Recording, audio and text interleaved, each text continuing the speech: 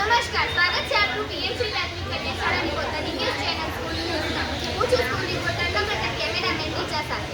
તો આજે પીએમસી પ્રાથમિક કન્યા શાળામાં કન્યા કેળવણી મહોત્સવ અને શાળા પ્રવેશોત્સવની ઉજવણી કરવામાં આવી રહી છે.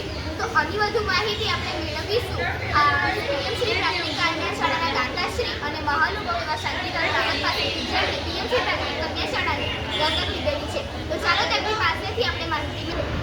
નમસ્કાર, આપ શ્રીનું પીએમસી પ્રાથમિક કન્યા શાળાની પોતાની ન્યૂઝ ચેનલ સ્કૂલ ન્યૂઝમાં સ્વાગત છે. હું છું સ્કૂલ રિપોર્ટર નમ્રતા, કેમેરામેન નીચા સાથે. તો આજથી આપનો પરિચય અમને આપશો. મારું નામ રાવત પ્રકાશકુમાર ભીખાભાઈ છે અને હું આ શાળા સાથે કેળવણી મંડળ સાથે જોડાયેલો છું. મુખ્ય રીતે બાળકોને ભણાવવાનું છે અને અવારનવાર આ સુધી મુલાકાતે લઉં છું. આપ શ્રીને આપનો પરિચય આપ્યો તે માટે આપનો આભાર. મારો પ્રશ્ન આપથી એ છે કે આજે જે કન્યા કેળવણી મહોત્સવ અને શાળા પ્રવેશોત્સવની ઉજવણી થઈ રહી છે, એનો મુખ્ય હેતુ શું છે તે આપ અમને જણાવશો.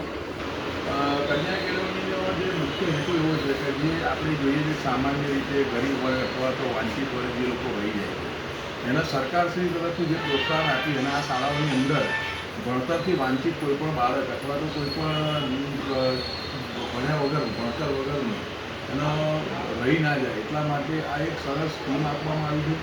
અને એની અંદર આ શાળાના જે કંઈ સદસ્યો છે મતલબ જે કંઈ કર્મચારીઓ છે એના તરફથી ખૂબ જ સારી એવી મહેનત કરવામાં આવે છે. અને જે છેવાડાના જે ગામના છેવાડાના જે કંઈ વિસ્તારોમાંથી એ બાળકોને લાવીને ખૂબ સરસ સુંદર પ્રકારનું ભણતર આપવામાં આવે છે. ભણતરની સાથે ભણતર પણ આપવામાં આવે છે. જ્ઞાન, વિજ્ઞાન, રમત, ગગન દરેક વસ્તુની એક્ટિવિટી કરી અને બાળકને શુદ્ધ અને સમૃદ્ધ અને દરેક વિષયનું જ્ઞાન મળે એવું આ શાળા તરફથી મળે. આપ શ્રીએ ખૂબ સારી એવી અમને સમજણ આપી તે માટે આપ શ્રીનો આભાર. આજે આપણે જોયું કે આપણે શાંતિલાલ રાવલ પાસેથી પ્રવેશોત્સવની માહિતી મેળવી. તો ચાલો હવે જઈએ શાળાના આચાર્ય શ્રી પાસે અને તેમની પાસેથી પણ થોડી માહિતી મેળવીએ. નમસ્કાર આચાર્ય શ્રી, પીએમસી પ્રાથમિક કન્યા શાળાની પોતાની ન્યૂઝ ચેનલ સ્કૂલ ન્યૂઝમાં આપનું સ્વાગત છે. હું છું સ્કૂલ રિપોર્ટર નમ્રતા, કેમેરામેન નીચા સાથે. આજે આપની શાળામાં કન્યા કેળવણી મહોત્સવ અને શાળા પ્રવેશોત્સવની ઉજવણી થઈ રહી છે. તો આ પ્રવેશોત્સવમાં આપણે કઈ રીતે બધું સેટ કર્યું છે અને કેવી રીતે આની ઉજવણી આપ કરવાના છો તે આપ અમને સમજાવશો. જણાવીશ. આ વર્ષે દર વર્ષની જેમ સરકારશ્રી દ્વારા આપેલ નિશ્ચિત ફ્રેમવર્કને અનુસરીને શાળામાં શાળા પ્રવેશોત્સવ અને કન્યા કેળવણી મહોત્સવનું આયોજન કરવામાં આવ્યું છે.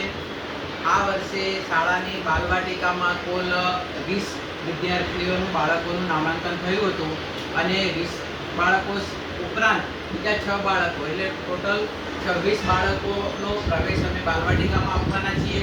એ સિવાય ધોરણ 1માં પણ અમે 4 બાળકોનો પ્રવેશ આપવાના છીએ. તો આ બાળકો પ્રવેશ મેળવે, એક ઉત્સવ જેવું વાતાવરણ ઊભું થાય એ માટે આજે અમે આ શાળામાં કન્યા કેળવણી મહોત્સવનું પ્રવેશોત્સવનું આયોજન કરેલું છે.